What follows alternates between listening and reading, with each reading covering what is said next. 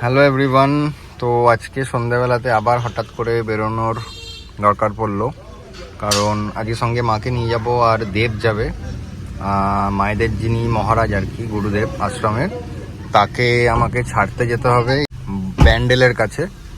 তো তাকে ছাড়তে যাব, তাকে আগে আরেকটা অন্য আশ্রমে নিয়ে যাব, সেখান থেকে বারোলে আশ্রমে ছেড়ে দিয়ে তারপরে মায়েদেরকে নিয়ে বাড়ি ফিরবো আর কি। তো চলুন আপনাদেরকে পুরোটাই দেখাবো। তো আশ্রমের সামনে তো চলে এসেছি, এই যে এটা আশ্রমের গেট। ভেতরটাতে কাজ হয়েছে বলে এখন আপাতত গাড়ি নিয়ে ঢোকা যাবে না ভেতরে। মা গেল মহারাজকে ডাকতে, উনি চলে আসবেন এক্ষুনি। আর আজকে সঙ্গে এই যে দেবও রয়েছে, আমার ভাইয়ের মতনই, অনেক ছোটোবেলা থেকে আমাদের বাড়িতে আসে ও। তো আজকে সন্ধ্যেবেলাতে এলো, তো আমরা যখন বেরোচ্ছিলাম তো ওকেও নিয়ে নিলাম সঙ্গে। মহারাজকে নিয়ে আমরা যাব এখান থেকে রামানন্দ মঠ, যেটা হচ্ছে মগরার তেলান্ডুতে, ওই পান্ডুয়ার ওখানে থেকে। তারপর সেখান থেকে বেরিয়ে যাব ব্যান্ডেলের বারোল, যেখানে মহারাজকে নামিয়ে দেবো, ওখানেই মহারাজ থাকেন। তো দিয়ে তারপরে আমরা আবার ফিরে আসব। তো মহারাজ তো এসে গেছেন, পেছনে দেব আর মা রয়েছে। আমরা এবার এখান থেকে স্টার্ট করব।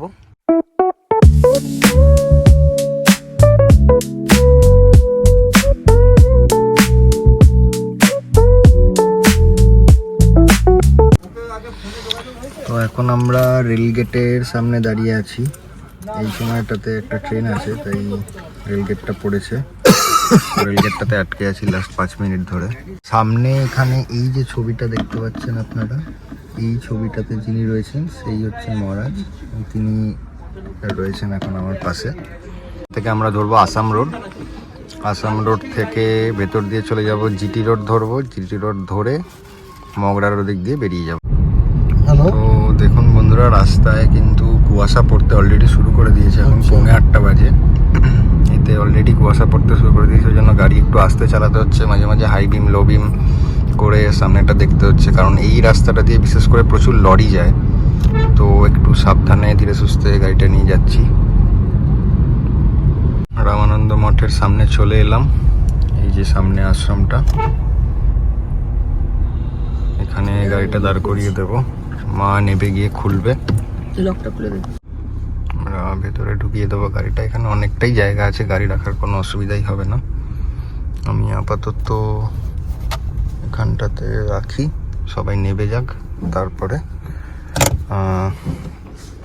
গাড়িটাকে ঘুরিয়ে আমি রাখবো। এখানে গাড়িটাকে ঘুরিয়ে পার্ক করে রেখেছি। এই যে গাড়িটা দেখছেন সামনে, এটা হচ্ছে মহারাজেরই গাড়ি। আর এপাশে অনেক গরুদের থাকার জায়গা আছে।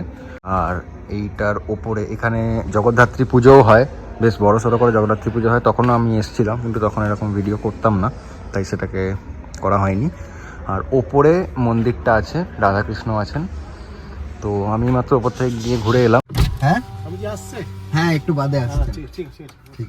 তো রাস্তায় যেটা আস্তে আস্তে দেখলাম সেটা হচ্ছে যে ভেতরের দিকটা একবার দেখা।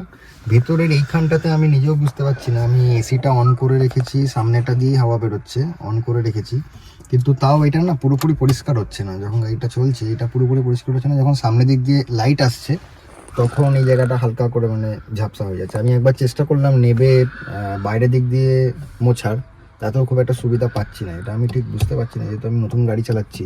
তো দেখা যাক এটার কি রেমেডি আছে, যদি আপনারা জানেন তাহলে অবশ্যই আমাকে জানাবেন।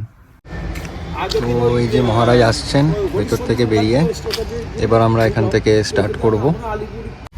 বেরিয়ে এবার সোজা যাব ব্যান্ডেলের বারোল। রাস্তাটা হচ্ছে জিটি রোড, আমরা সাইডে ঢুকেছিলাম, এবার আমরা জিটি রোডে উঠে যাব।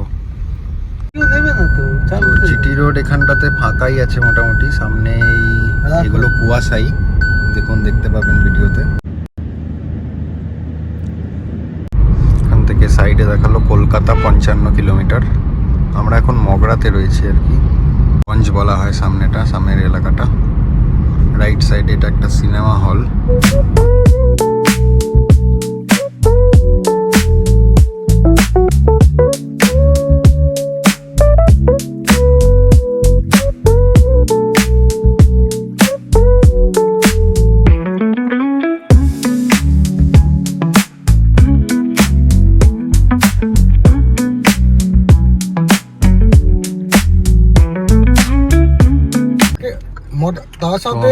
পারুল আশ্রমে চলে এলাম। কাউকে রাখা যদি না হয় তাহলে সেক্ষেত্রে দুজন মহারাজকে ঢোকাতে হবে।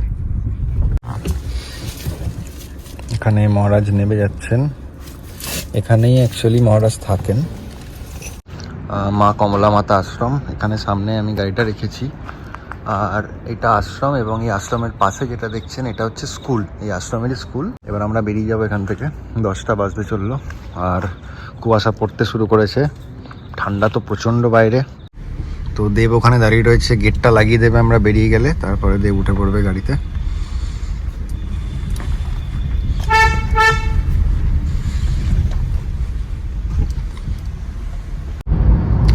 সাইডে একটা গাড়ি দাঁড়িয়ে রয়েছে, এটা কিন্তু হ্যাজার্ড লাইট মেরে দাঁড়ায়নি, দূর থেকে কিন্তু কিছু বোঝাও যাচ্ছিল না গাড়িটা যে রয়েছে এখানে। এখানে ফটো তুলছে না কি করছে নাকি পুলিশের গাড়ি জানি না আমি, তবে হ্যাজার্ড লাইটটা তো অ্যাটলিস্ট মারা উচিত। এখানে এত অন্ধকার, যে গাড়ির লাইট কম থাকবে সে কিন্তু দেখতে পাবে না।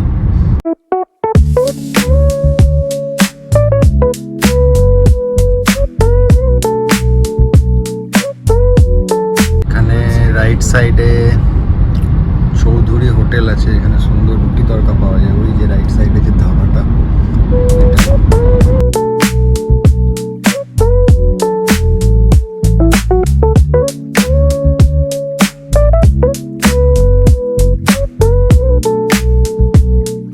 এখান থেকে দেখুন অপরটাতে বর্ধমান 68 কিলোমিটার, মগরা 3 কিলোমিটার। আমরা মগরা দিয়ে ঢুকে যাবো এবার, আর পাশ দিয়ে গিয়ে আসাম রোডটা ধরবো না, এবার আমরা ভেতর দিয়ে চলে যাবো। রাত হয়ে গেছে তো আশা করছি রাস্তার অতটা ভিড় থাকবে না, তাই ভেতরের রাস্তা দিয়ে চলে যাবো। রাস্তাটা চলে গেল কল্যাণী, আর আমরা চলে যাবো রাইট সাইডে মগরা দিয়ে। উপরের রাস্তাটা ঘুরে গিয়ে কালীতলার ওখান দিয়ে, মানে টিসু যেতে গেলে ওই রাস্তাটা নিতাম, আমি যেহেতু ভেতর দিয়ে যাবো তাই এই পাশ দিয়ে নিয়ে নিলাম, স্ট্রেট চলে গেলে মগরা। তো এখন আমরা এই মগরার মোড়টাতে ঢুকে জাস্ট দাঁড়িয়ে আছি, মানে মেন রোডটা ছাড়লাম, ছেড়ে আমরা জাস্ট এখানটায় দাঁড়ালাম। দেব নামলো, মা নামলো, আমরা পায়েল রেস্টুরেন্ট থেকে রাতের খাবার নেব। অনেকক্ষণ বেরিয়েছি, 3 ঘন্টা হতে চললো। তো এখান দিয়ে স্টার্ট করে আর রাস্তায় সেরকম কিছু দেখাবো না, আশা করছি কিছু দেখানোর নেই। ভেতরের রাস্তা দিয়ে যেহেতু যাবো, একবারে বাড়িতে ঢুকে গিয়ে তাহলে আপনাদের সাথে কথা হচ্ছে।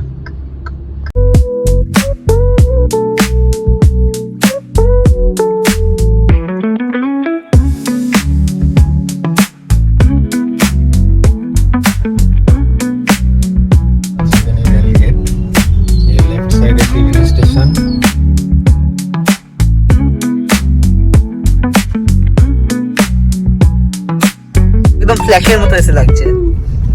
এই আমাদের পল্টকা রোজ খোলে, পল্টকা কিছু আসে না, শীত গ্রীষ্ম বর্ষা পল্টকা অলওয়েজ অন, পল্টকা।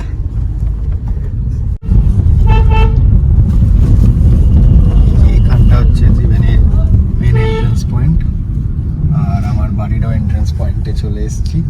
এই লেফট সাইডে আমার বাড়ি, এখান দিয়ে গাড়িটা ব্যাক করে ঢোকাবো। যেটু এখানে আমাদের দোকান, দেখতে পাচ্ছ না আমার, আমরা ব্যাগ নিচ্ছি, ব্যাগ দেখাতে পারবো না আমি, এখানটা তোরা সবাই নেবে যা।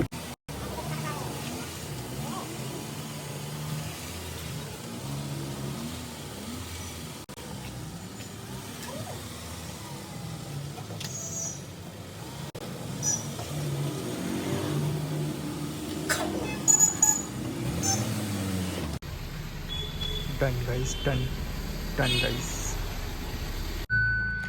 তো আজকের এই এন্টায়ার ট্রিপে গাড়ি যেটা মাইলেজ দিল সেটা হচ্ছে প্রায় 30 কিলোমিটার চললো এবং 16 মাইলেজ দিল। যদি ভিডিওটা ভালো লেগে থাকে তাহলে অবশ্যই চ্যানেলটিকে সাবস্ক্রাইব করে দেবেন, ভিডিওটিকে লাইক করে দেবেন, এবং আপনাদের যদি কোনো সাজেশন থাকে তাহলে আমাকে অবশ্যই কমেন্ট সেকশানে জানাবেন। দেখা হচ্ছে আবার পরের ব্লগে। Good bye.